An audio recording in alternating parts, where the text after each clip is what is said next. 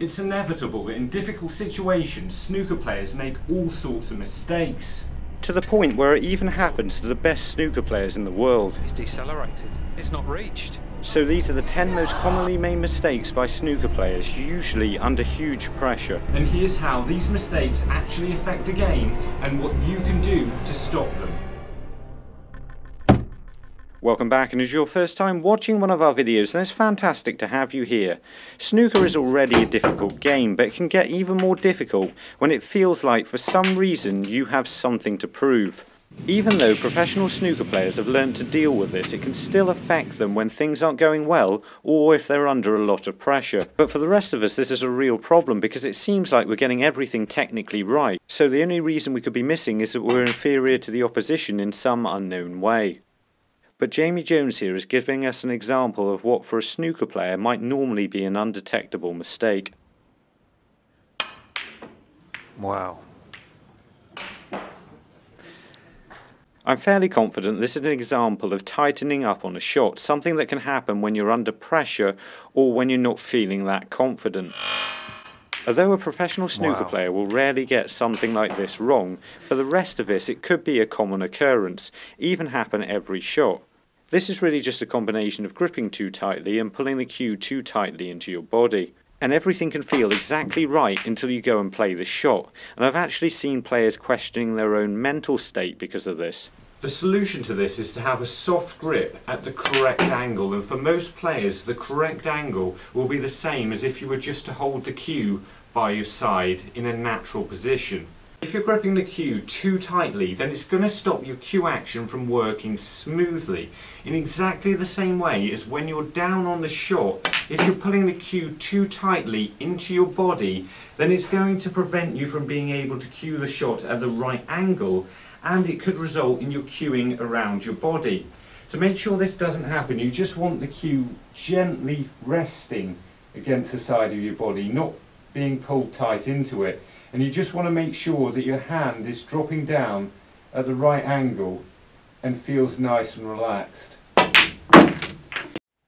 So if it seems like you're doing everything right except the balls aren't going in the pockets, or you seem to be able to play well in practice but not in a match, there's a strong chance this could be the reason. Or it could be delivering the cue too quickly, and who better to demonstrate this than Peter Ebdon trying to get a 147 break here. Oh, he's missed it! Can you believe the pressure?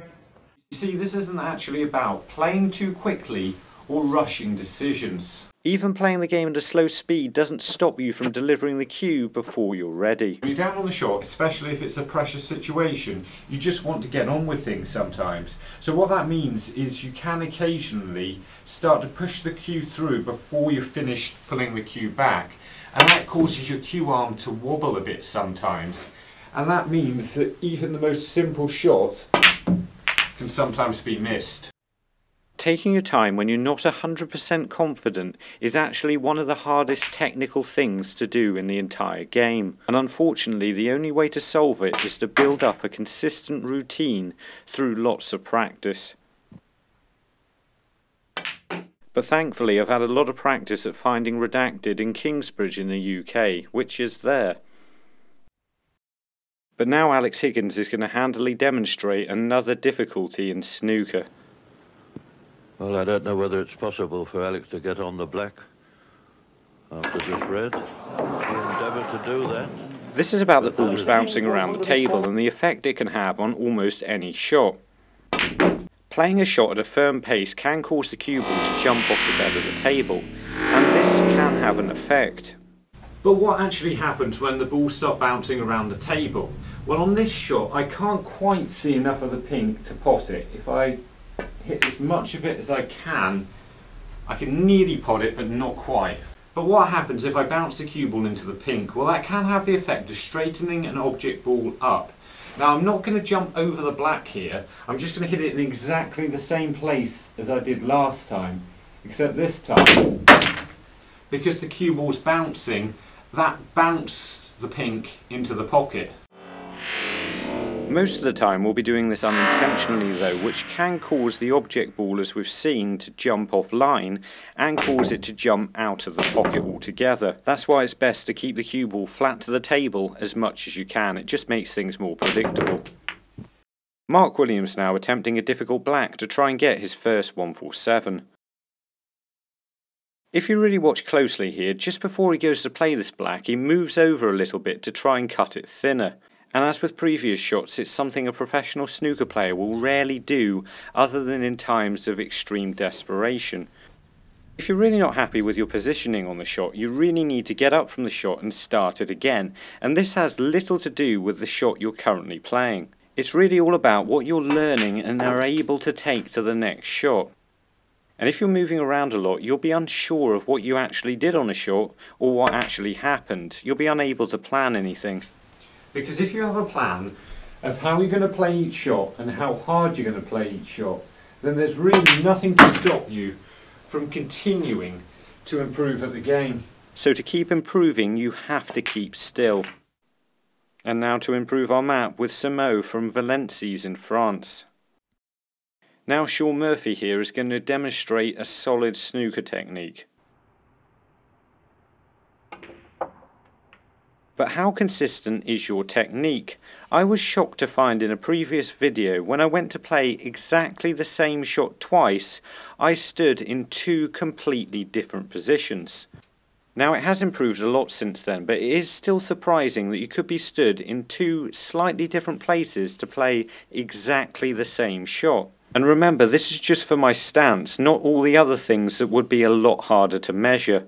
Basically, that's where I was standing for the first shot, and that's where I was standing for the second shot.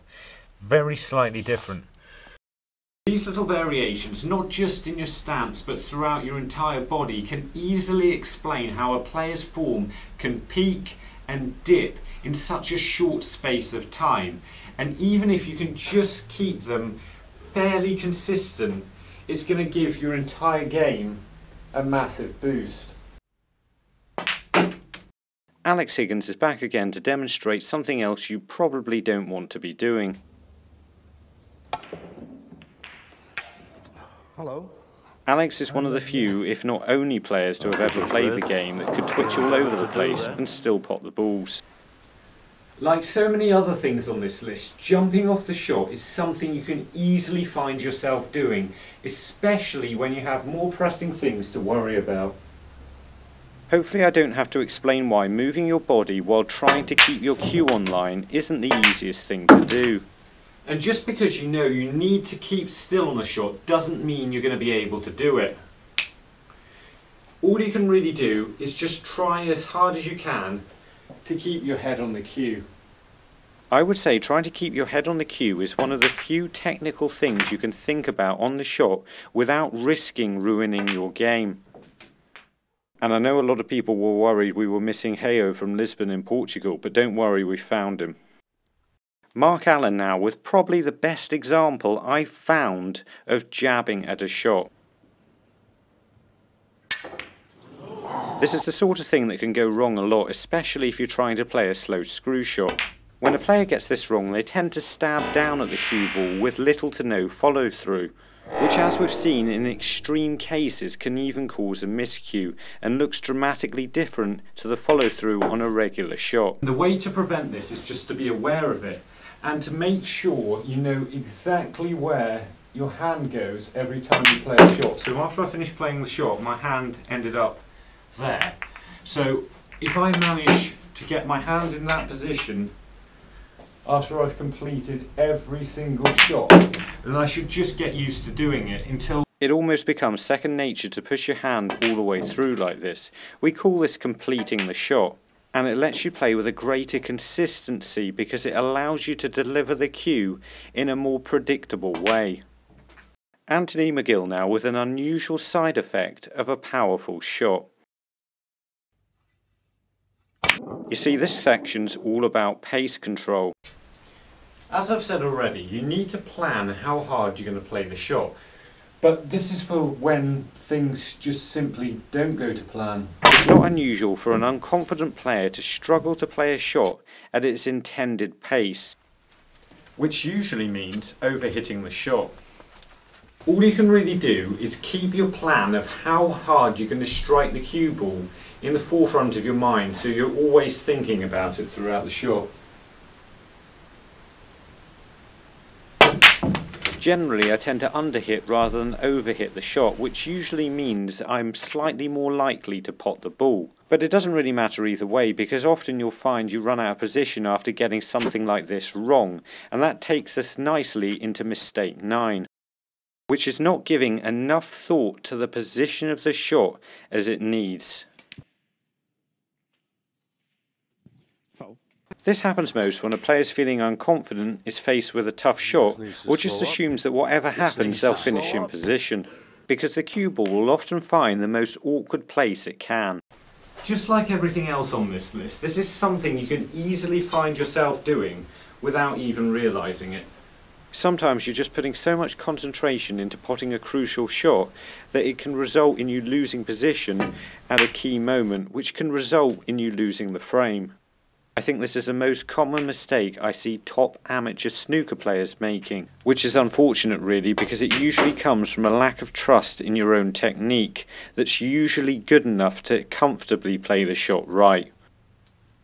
Mistake 10 is a very, very simple mistake, but actually it's a surprisingly common one. Now, it may seem ridiculous that you could ever forget to line a shot up. But under pressure, these are the sort of things that can go wrong. So if you want to know exactly what you need to do to line up a shot accurately, then try our snooker aiming trick. Or if you want to find out more about some of the biggest mistakes in snooker, then try snooker's biggest misses. And remember, don't just watch, play, and make the commitment to becoming a better player by subscribing to the channel and visit the website. See you later.